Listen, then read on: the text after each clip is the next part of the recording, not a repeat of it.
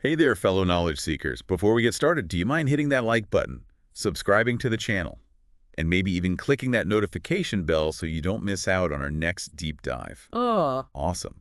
Now, let's dive into something pretty crucial for anyone into international relations, global security, or, hey, even if you're just prepping for those UPSC exams. you got it. We're talking about the Wassenaar arrangement. It might not sound super exciting at first glance. But trust me, it's way more interesting and impactful than it seems. We're going behind the scenes to see how the world, tries to keep things in check. We Exactly. got a bunch of sources here. Yeah. We'll break down the Wassenaar arrangement, why India joining is a big deal, and how it all fits into keeping the peace globally. It's like we're peeking right into the control room of international security. Exactly. So let's start simple. What is this Wassenaar arrangement? Well, it's an agreement. 42 countries, actually. India's the newest member. And they focus on controlling conventional weapons and something called dual-use technologies. Dual-use technologies, Yeah. meaning like stuff that can build a satellite or, I don't know, a missile. You got it. Think advanced materials, software, even certain machinery. Legitimate civilian uses, sure, but they could be adapted for military purposes, too. So the Wassenaar arrangement is about making sure that stuff doesn't get into the wrong hands, right? Right, the core of it. Transparency and responsibility in the global arms trade, that's the aim. It's not about stopping the trade completely, more like making sure transfers don't make things unstable or lead to conflict. Like setting up some ground rules for a high-stakes game. Exactly. And speaking of history, the Wassenaar arrangement actually came out of the Cold War. Remember COCOM, the Coordinating Committee for Multilateral Export Controls? Big one. It was formed to stop the Soviet bloc from getting Western tech. So after the Cold War ended, the world needed a similar system, just updated, right? Right. It shifted from containing one big enemy to managing the risks of weapons proliferation. It's a way more complex world now. And that's where the Wassenaar arrangement comes in. 1996 it was established, named after the town in the Netherlands where they hashed it all out. Okay. And this arrangement is also tied to preventing the spread of weapons of mass destruction, right? The things that really keep people up at night. Yeah, definitely. Right. While the Wassenaar arrangement focuses on conventional weapons and dual-use technologies, it's definitely connected to the bigger goal of preventing WMDs. Nuclear, chemical weapons, that kind of thing. So it's like different layers of security all working together. Exactly. Like pieces of a puzzle, a framework for making the world safer. Okay, so we've got why the Wassenaar arrangement exists. Now, how does it actually work? Well, there are a few key things. First, you've got the Wassenaar arrangement control lists, Yeah. really detailed lists of all the items that are under export controls. And they're constantly being reviewed and updated to reflect, all the new tech coming out. So what kind of stuff are we talking about specifically? Can you give us some examples? Sure, it's a huge range. Advanced materials like those used in aircraft and missiles, software for designing weapon systems, even encryption technology is in there because it can be used in both civilian and military contexts. So it's all about controlling anything that could give someone a big military advantage. Exactly. But it goes beyond just the lists. The member countries also share information. Who's trying to get what? Anything suspicious, red flags, keeping everyone in the loop. Sounds like a giant intelligence sharing operation. It kind of is. And there are strict rules about reporting. Every country has to report any transfers they've made or denied. That keeps things transparent and accountable. Okay, so a pretty complex system with lots of checks and balances. Now, let's bring in India. Like you said, India just became the 42nd member of this arrangement, which is pretty significant. Absolutely. It shows that India is serious about being responsible with these technologies. And it's got some pretty big implications for India internationally and for their own security, right? Definitely. It makes India look more credible as a global power, strengthens their position in international non-proliferation efforts. Plus, it opens doors to getting some pretty important technology in defense, space, things that are crucial for India's development and security. So it's about recognition, influence, and getting access to vital tech. Quite a combo. It is, and it affects India's relationships with other big players too, especially China. Ah, yes, the geopolitics. Can't forget about that. Right. China's been blocking India from joining another big group, the Nuclear Suppliers Group, or NSG. Right, the NSG. We'll get into that later. Yeah. But the point is, India being in the Wassenaar arrangement puts more pressure on China and boosts India's chances of getting into the NSG. It's a subtle but important change in the power balance. So a strategic win for India on multiple fronts. You could say that. It shows that India's influence is growing and that they're committed to global norms. Yeah, it's fascinating. These international agreements, like this Wassenaar arrangement, how they play out on the world stage. It's like everyone's playing a high-stakes game, right? Right. And they don't always follow the same rules. That's a good point. And it brings us back to that nuclear suppliers group, the NSG. We talked about it a little bit earlier. Right. The NSG. What is it all about, in a nutshell? And why does India care so much? Okay. So the NSG is basically a club, right? A club of countries that supply nuclear stuff. Their big goal is to keep nuclear weapons and technology from spreading to countries that don't already have them. They set rules for nuclear trade and cooperation. And India wants to be in this club, but someone's blocking the door. Exactly. China keeps saying no to India's membership, even though India has a good record on non-proliferation. So more of those geopolitical tensions coming into play. Yep. But India getting into the Wassenaar arrangement might change things. It makes India's case stronger, and it puts pressure on China to maybe change their mind. It's like a strategic move to get around the obstacle. You could see it that way. It shows that these agreements, these organizations, they're not just sitting there. They change, and they're affected by what's happening in the world politically. So we've got the Wassenaar arrangement, we've got the NSG. You also mentioned another group, the MTCR, right? What's that one all about? Oh, yeah. The Missile Technology Control Regime, or MTCR, that one's all about limiting the spread of ballistic missiles and other delivery systems for WMDs, too. So basically, if someone gets a nuke, they can't just launch it across the world. Exactly. And the good thing for India is they're already part of the MTCR. Okay, so India's in one, wants to be in another, and China's being a bit of a roadblock. Got it. Yeah. Are there any other acronyms we need to know? Well, there's also the Australia group. They focus on preventing chemical and biological weapons from spreading. But India's not in that one yet. Might happen in the future, though. So it's a whole bunch of organizations, all with similar goals but different ways of doing things. Yeah, that's a good way to think about it. They're all part of a big effort to control dangerous technologies and keep conflict from happening. Now, all this stuff about agreements and global security, it can seem a bit abstract, especially for someone just starting to learn about international relations. Why should the average person care about the Wassenaar arrangement? How does it actually affect their lives? That's a really good question. It's easy to get lost in the technicalities and forget about what it means in real life. But these agreements actually have a direct impact on our lives, even if we don't see it. Can you give us an example? How does this stuff play out in the real world? Well, one thing is the Wassenaar arrangement helps prevent those dual-use technologies from getting into dangerous hands. Imagine a terrorist group got the materials or the knowledge to build a dirty bomb. That would be devastating. That's a scary thought. It is, and it goes beyond terrorism. These agreements also help prevent arms races between countries. That can lead to conflict and instability. By promoting transparency and responsible arms transfers, the Wassenaar arrangement helps make the world a bit more peaceful and predictable. So it's not just preventing worst-case scenarios, but it's also about building a more stable world, right? Exactly. It's about creating a system where countries can cooperate and trust each other, even if they have different goals and ideas. And India, by being part of this system, is helping to shape those global norms. That makes sense. It's not just India benefiting from the arrangement. It's also India helping to keep the world safe. Precisely. It's a two-way street.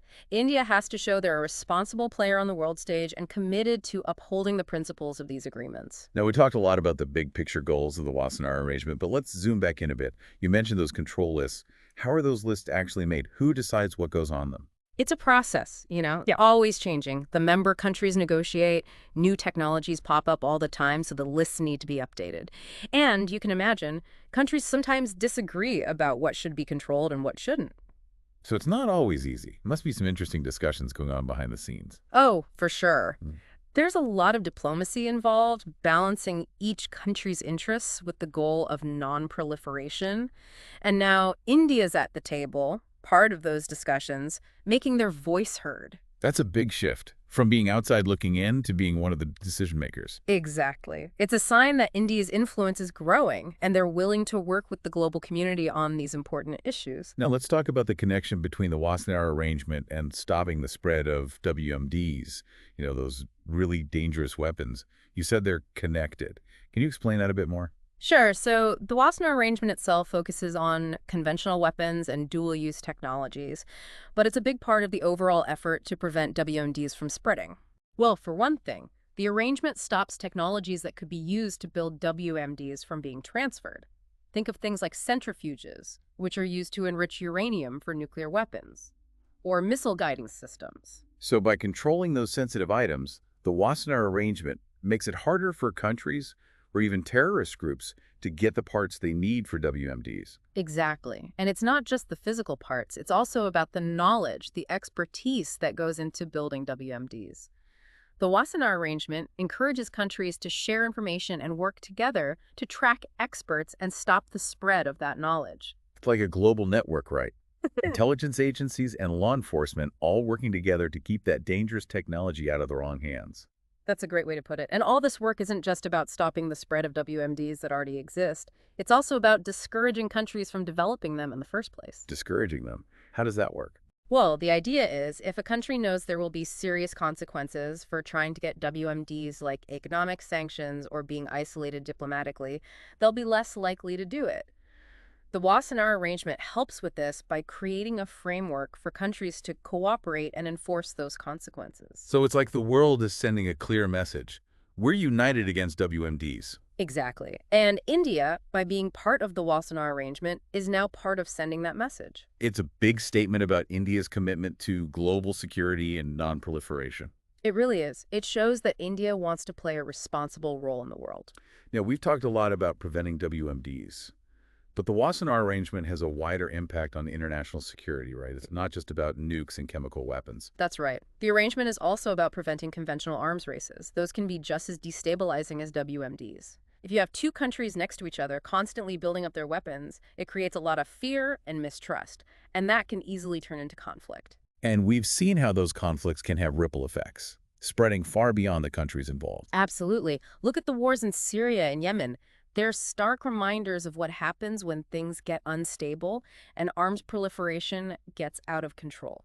So preventing those kinds of conflicts is a top priority for the world. No doubt about it. And the Wassenaar arrangement plays a big role there by promoting transparency and responsibility when it comes to arms transfers.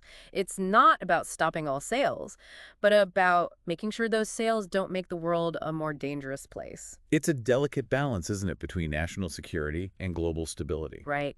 Countries have tough choices to make about who they sell arms to and what technologies they're willing to share. But the Wassenaar arrangement gives them a framework for making those decisions. It ensures they're thinking about the bigger picture, about international peace and security. And India, being part of this framework, is now dealing with those complex issues alongside the other big players. It's a sign that India is maturing and taking on more responsibility in the world. Exactly. It's an opportunity for India to help shape the rules and institutions that will control arms and prevent proliferation in this century. So it's not just about following the rules anymore, it's about helping to make them. That's a big shift in thinking. It really is, and it shows how India's role in the world is changing. Now let's step back for a moment and look at the big picture. What are some of the challenges and opportunities for the Wassenaar arrangement in today's world? That's a good question. This arrangement has been around for over 25 years, and it's seen its share of challenges. But today, the stakes are even higher, and things are even more complicated. What are some of the biggest challenges that come to mind? Well, first off, technology is changing faster than ever. New weapons systems are being developed all the time, and dual-use technologies are becoming more and more sophisticated, harder to control. The Wassenaar arrangement has to keep up with these changes, and that's not easy. It's like trying to hit a target that keeps moving, constantly evolving. Exactly. And then there's the geopolitical situation. The world is becoming more multipolar, meaning there are more power centers emerging. Countries like China and India are becoming more assertive on the world stage. This creates new challenges for the Wassenaar arrangement, which was initially set up for a world dominated by the U.S. and its allies. So the arrangement needs to find ways to adapt to this new reality, this multipolar world with shifting power dynamics. Absolutely. One key area is inclusivity. The current membership, 42 countries, that's still too limited. It needs to expand, include more countries, especially emerging powers like China and Brazil. So bringing more voices to the table, making it more representative of the current world order. That's the idea. This would make the arrangement more effective and help build trust and cooperation among more countries. But it's not just about adding more members. The arrangement also needs to be more flexible, more responsive to changing circumstances. Things are moving faster these days, and the arrangement needs to keep up. Exactly. The current system of control lists can be slow and clunky. The arrangement needs to be more agile, more proactive in tackling new threats and challenges as they arise. So finding a balance between being comprehensive and being adaptable. Exactly. And then there's the issue of enforcement. The Wassenaar arrangement is only as strong as its members' willingness to uphold its rules and punish those who break them. Making sure the rules actually mean something. Exactly. The arrangement needs to find ways to improve information sharing, coordination, and enforcement among its members. It's all about collective action, a shared commitment to upholding the rules of the game. And it's also about educating the public, right? A lot of people might not even know what the Wassenaar arrangement is or why it's important. You're right. Public awareness and support are crucial. The arrangement needs to do a better job of explaining what it does to the public, making the case for why controlling arms and preventing proliferation are vital for global security. So it's about education and engagement, making sure people understand what's at stake and why these efforts matter. Exactly. These are just some of the challenges and opportunities the Wassenaar arrangement is facing right now. It's a complex world, always changing. But I believe this arrangement has a really important role to play in promoting peace and security. It's a valuable tool for stopping dangerous technologies from spreading and creating a more stable and predictable world. And India, now a member of this group, is in a position to really shape its future. Absolutely. India's membership is a sign of their growing influence and their dedication to global security. It's a chance for India to help create the global norms and institutions that will govern arms control and non-proliferation in this century. So it's a big step for India and a good thing for the whole world. Couldn't agree more. It shows what international cooperation can achieve. And it reminds us that, even in a world that often feels divided, there are ways to tackle shared problems and work towards a safer future. Wow, we really went deep on the Wassenaar arrangement today. Yeah, we did. It's amazing to see how connected everything is in our world, you know? Yeah. How something like this agreement, that most people probably haven't even heard of, can have such a big impact. It really shows how complex things are. For sure. So before we wrap things up, let's kind of sum up what we learned. Like a cheat sheet for understanding the Wassenaar arrangement. Good. Okay, first things first. The Wassenaar arrangement, it's an agreement between 42 countries, right? And India is one of them now. Right. And it's all about regulating the export of conventional weapons and those dual-use technologies, the things that can be used for civilian stuff or for military purposes. Exactly. You've got it. And the big goal is to keep those technologies out of the wrong hands. Because if they get into the wrong hands, it could destabilize whole regions or even lead to conflict. Absolutely. We also talked about how the arrangement actually works. You've got those control lists, then countries share intelligence with each other, and there are strict reporting requirements. So it's a whole system designed to keep things transparent and make sure everyone's accountable in the global arms trade. It's a complex system. It is, but it's necessary. Definitely.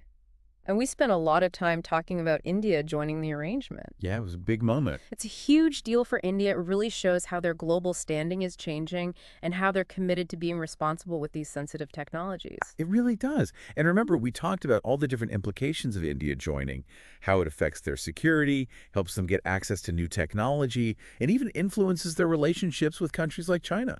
Yeah, the geopolitics are always there in the background. Always. And we can't forget about how the Wassenaar arrangement fits into the bigger picture of global efforts to prevent WMDs, those weapons of mass destruction. Right. And just, promote peace and security around the world. It's all connected. Like a web. It all ties together. Yes, And as we discussed, there are a lot of challenges facing the arrangement today. Technology is advancing so rapidly, the global power dynamics are shifting, and there's a need for the arrangement to become more inclusive, more adaptable. It's got to keep up with the times. It does.